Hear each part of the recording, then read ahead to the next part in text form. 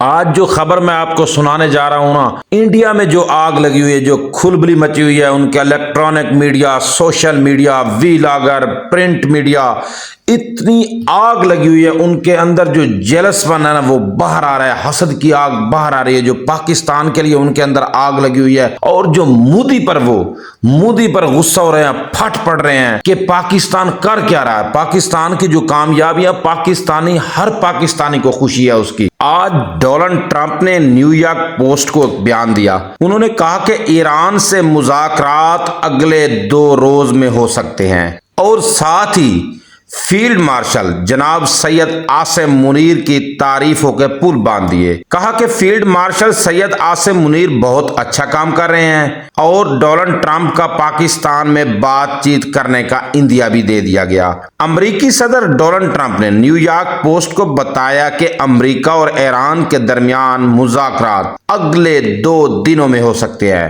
اور انہوں نے اخبار کو یہ بھی بتایا کہ اگلے 2 دنوں میں کچھ بھی ہو سکتا ہے اور ہم وہاں یعنی پاکستان جا سکتے ہیں۔ صدر ٹرمپ نے نیو یارک ٹائمز سے بات کرتے ہوئے کہا کہ پاکستان کے army chief field marshal Asim Munir مذاکرات کے حوالے سے بہت اچھا کام کر رہے ہیں۔ یہاں پر ڈونلڈ ٹرمپ جناب فیلڈ مارشل سید عاصم منیر کی تعریف بھی کرتے ہیں، اور ساتھ ہی پاکستان میں خود آنے کا عندیہ بھی دے رہے ہیں۔ یقین جانے جیسے ہی یہ خبر باہر آتی ہے،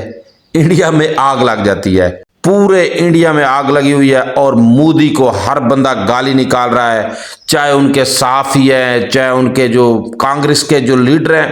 میں نے کہا وہ مودی تو کسی کو منہ دکھانے کے لائق بھی نہیں ہے، خاص کر جب سے اس نے اسرائیل کو اپنا باپ کہا ہے نا، باپ مانا ہے، اس دن سے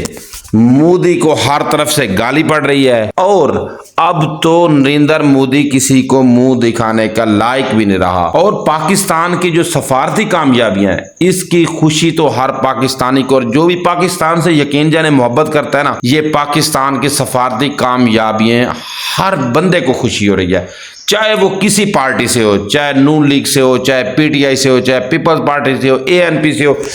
لیکن ہم نے یہاں پارٹی کو نہیں دیکھنا، ہم نے یہ دیکھنا ہے کہ پاکستان کیا کر رہا ہے۔ اس ٹائم پاکستان کامیاب ہو رہا ہے، پاکستان کا دنیا میں نام پیدا ہو۔ دیکھیں پہلے وہ جے ڈی وینس ہے امریکی نائب صدر، اگر یہاں ڈونلڈ ٹرمپ آ جائے، وہ ٹرمپ نہیں آئے گا، اس کے ساتھ ساتھ پاکستان کے اندر بہت ساری انویسٹمنٹ، آئی ٹی کا شعبہ، مدنیات کا ہو گیا، یہاں بہت انویسٹمنٹ آئے گی۔ اب لوگ پاکستان کو سیریس لے رہے ہیں، پاکستان کی طرف لوگوں کی نظریں ہیں،